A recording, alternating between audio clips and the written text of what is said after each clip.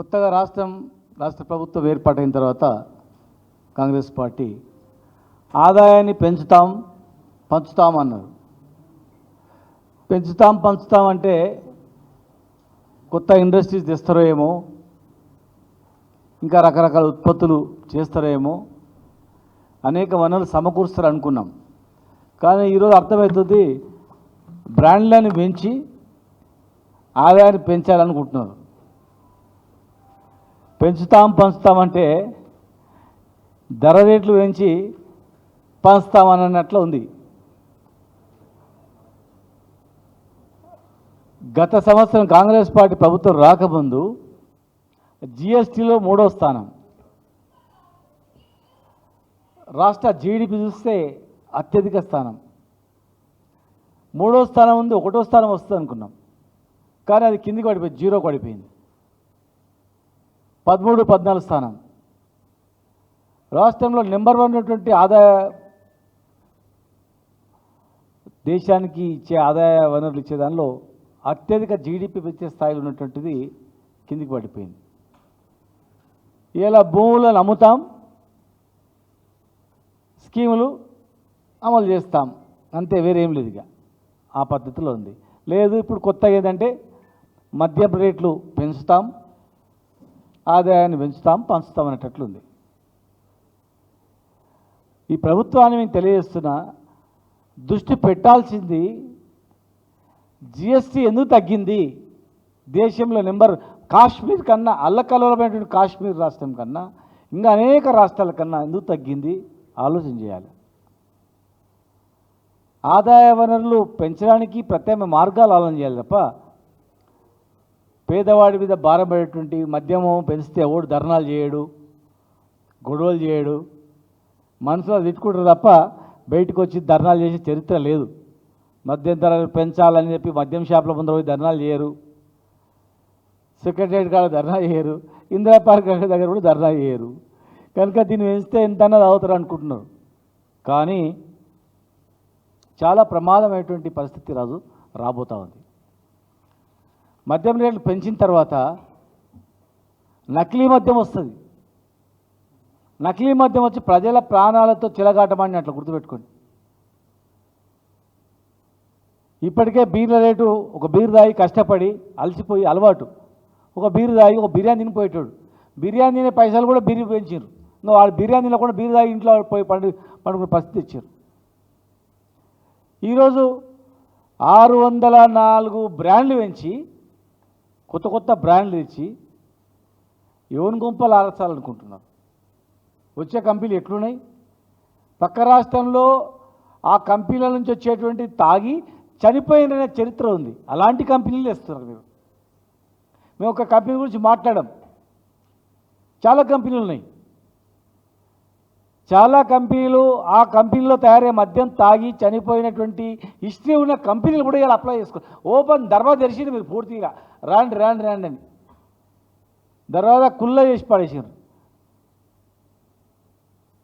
నకిలీ మద్యం మూటాలు తయారవుతున్నాయి. ఒకవైపు ఆ కంపెనీలో తాగి చనిపోయిన సందర్భంలో కంపెనీలను మీరు పిలుచుకుంటున్నారు. ఇక బూమ్ బీరు, బిర్యానీ బీరు, ఇవన్నీ దారులు వస్తున్నాయి, ఇక ఓపెన్ అవుతున్నాయి. మొన్న 15% పెంచారు, ఇప్పుడు తక్కువ ఇంకా 10% పెంచాల. ఎందుకంటే మన ఆదాయము పోయిన సంవత్సరం 34,600 కోట్ల ఆదాయం వచ్చింది. దాన్ని ఇంకా 50 చేయాలనుకున్నారు, 40 చేయాలనుకున్నారు. ఇక మొత్తం దీని మీదనే అన్ని స్కీములు నడపాలి, వేరే మార్గం లేదు అని చెప్పి కొత్తగా ఇప్పుడు ఎంతమంది అయినా వైన్ షాప్లో, పక్కల బెల్ట్ షాప్లో పోయి తాగుతారు, బార్ షాప్లో పోయి తాగుతారు, ఇంటికి పోయి తాగుతారు. ఇక వాడు ఆఫీస్కి ఇంటికి పోయేటప్పుడు కూడా, ఆటోలో పోయేటప్పుడు తాగేటట్లు టెట్రా ప్యాక్ కూడా తీసుకొచ్చినమాట. ఫ్రూటీ లాగానే ఉంటుంది ఇక, అంతే. వాడు తాగుతుంటే ఇది ఫ్రూటీ అనుకోవాలంతే, సేమ్ ఫ్రూటీ లాగా. కంపెనీ పేర్లు కూడా ఫ్రూటా, రన్ సబ్ ఎట్లా వచ్చినాయో సేమ్ అలాంటి కంపెనీలు వస్తాయి. ఇక మళ్ళీ ఫ్రూటా అని వస్తుంది, బిర్యానీ బొంబు అని వస్తుంది. ఏందనుకుంటారు, కూల్ డ్రింక్ లాగా తాగుతారు. అంటే చిన్న పిల్లలు కూడా తాగేయడానికి అవకాశం వచ్చేటట్టు చేస్తున్నారు. ఆటోలలో పోయేటప్పుడు కూడా భద్రత లేకుండా అయిపోతుంది. ఇప్పటికే క్రైమ్ రేట్ పెరిగిపోయింది. ఆడపిల్లలు బయటికి పోవాలంటే భయం ఉంది. ఇక బస్ స్టాండ్లలో కూడా వాడు మంచిగా బస్సుకు వెయిట్ చేసుకుంటా మంచిగా మూతికి పెట్టుకొని తాగుతుంటాడు. ఇది చేయబట్టుకుంటే అయిపోయా టెట్రా ప్యాక్ ముందర కింద పైన కనబడుతుంటుంది. మనకి ఏం తెలుస్తుంది? బాగా జాప్తా మంచిగా తాగుతుంటాడు. ఇంకా బస్ స్టాండ్లలో ఇక ఆటోలలో ఏడ పడితే ఆడ తాగి పడేసే పరిస్థితి తీసుకొస్తున్నారు. ఊకే చలివేందరలాగా పెట్టరాదండి. ఊకే ఎందుకు పెట్టేస్తే ఏడంటాడ పోతూ పోతూ పోతూ మంచి తాగుతాడు, పోతాడు. ఇక మంచి గిరాకీ పెరుగుతుంది. మద్యం కేంద్రాలు, చలివేంద్రాలు, అంబలి కేంద్రాలు పెట్టేది వెనకడికి. అట్లా అది పెట్టేస్తే అయిపోతుంది. ఎక్కడికి పోతుంది? పక్క రాష్ట్రాలతో పోల్చుకోవాలి. ఇక్కడ ఆర్థిక పరిస్థితి చూడాలి. ఇక భూములు అమ్ముకొని తాగే పరిస్థితి కూడా, భూములు కొనుటోడు లేకుండా అయిపోయింది. ఇప్పుడు ఇక ఏమన్నా అవయవాలు అమ్ముకోనో, రక్తాన్ని అమ్ముకోనో, లేకపోతే కిడ్నీలు అమ్ముకొని తాగే పరిస్థితి తీసుకొస్తున్నాడు. అలవాటున్నాడు ఏం చేస్తాడు? సాయంత్రం కానీ తాగాలనుకుంటాడు, బాధలు తాగాలనుకుంటాడు, సంతోషం తాగాలనుకుంటాడు. తెలంగాణలో పండుగలు పుట్టినా చచ్చినా లేదు, బొడ్రాయి పండుగ చేసినా, ఏ పండుగలు చేసినా, ఓ పెళ్ళిళ్ళు చేసినా కూడా ఫ్యాషన్ అయిపోయింది. అలవాటు తాగడము తినడం అనేది కొంత. ఇప్పుడు ఇంత పెంచుకుంటూ పోతే ఎవడు ప్రతి ఇంట్లో తాగనోడు ఎవడు లేడు ఇవాళ. మ్యాక్సిమం కుటుంబాలలో కష్టం వచ్చినా బాధలు వచ్చినా ఒక ట్రెడిషన్ లాగా అయిపోయింది. మేము ఎంచుకుంటూ పోతే అలవాటు పడ్డోడు ఎక్కడ పోవాలి, పేదోడు ఎక్కడ పోవాలి, కన్నా కష్టాలు చేసినోడు పొద్దుగాల పుట్ట సాయంత్రం పుట్ట తాగాలనుకోనికి మన కష్టం మొత్తం మళ్ళీ దీనికి సరిపోయేటట్లుంది. కొందరు ఎడిక్షన్ పడి ఉంటారు. వాళ్ళ పరిస్థితి ఏంది? కంపల్సరీ తాగాలనేటువంటి పరిస్థితి కొంతమందికి. వాళ్ళు కూడా ప్రజలే కదా, వాళ్ళ గురించి ఆలోచన చేయాలి కదా. ప్రజల ప్రాణాలతో చెలగాట ఆడమనేది ఎంతవరకు సంబంధించిన అడుగుతూ ఉన్నాం. నేను ఎవడు అడిగేటోళ్ళు లేడు. మధ్య వేస్తే ఎవడు మాట్లాడాడు, ఎవడని గట్టిగా మాట్లాడి ధర్నాలు చేయడు ఎవడు. ఇది పెంచితే 15% బీర్లు పెంచినా ఎవడు అడగలేదు. నోరు మూసుకొని గొప్ప అయిపోయాడు. ఇప్పుడు 34,600 కోట్లు వచ్చినాయి. 36,600 కోట్లు.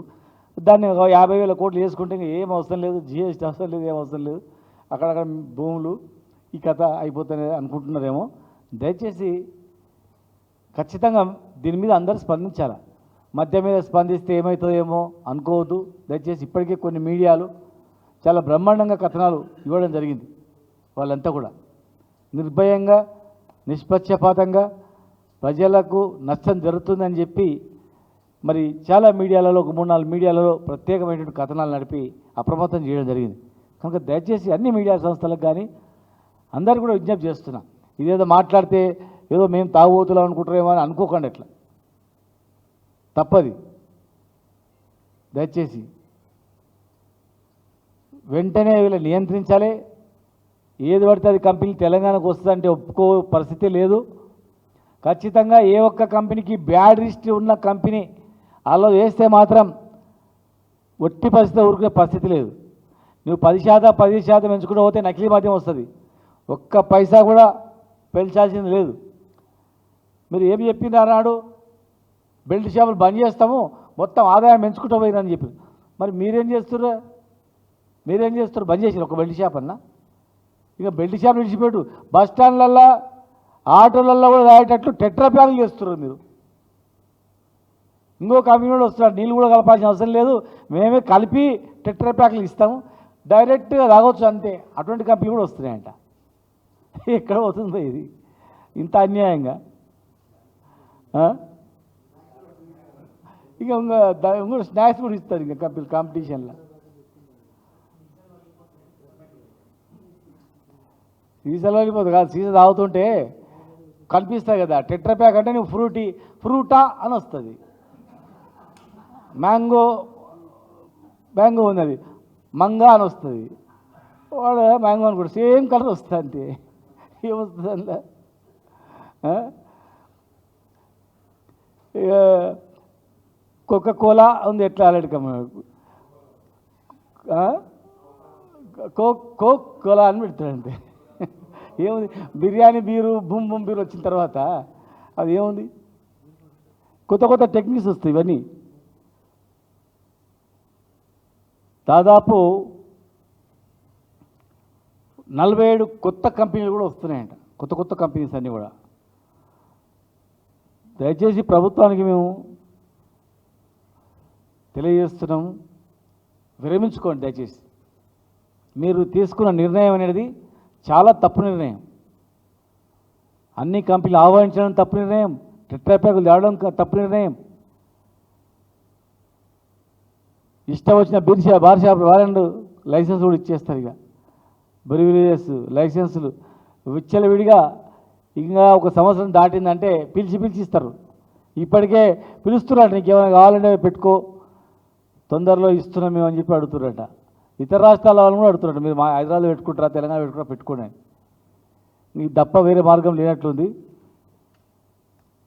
వెంటనే విరమించుకోవాలి. ప్రజల ఆరోగ్యంతో చిలగాట వాడొద్దు. ఖచ్చితంగా నకిలీ మద్యం వస్తుంది. ధరలు పెరిగిన వెంటే యునైటెడ్ ఆంధ్రప్రదేశ్లో కూడా సరాయికి కలర్ కలిపి బాటిల్లో నింపి అమ్మేది. చాలా వరకు పట్టుకున్నారు. కొత్త రాష్ట్రం ఏర్పడిన తర్వాత మన ఎక్సైజ్ అధికారులు వెంటాడి పట్టుకున్నారు. గత 2 సంవత్సరాల క్రితం ఇక్కడ పట్టుకుంటున్నారని చెప్పి గద్వాల జిల్లాలో తయారు చేసి ఆంధ్రప్రదేశ్కి అమ్ముతుంటే ఆంధ్రప్రదేశ్ కూడా మేము ఇన్ఫర్మేషన్ ఇచ్చినాం.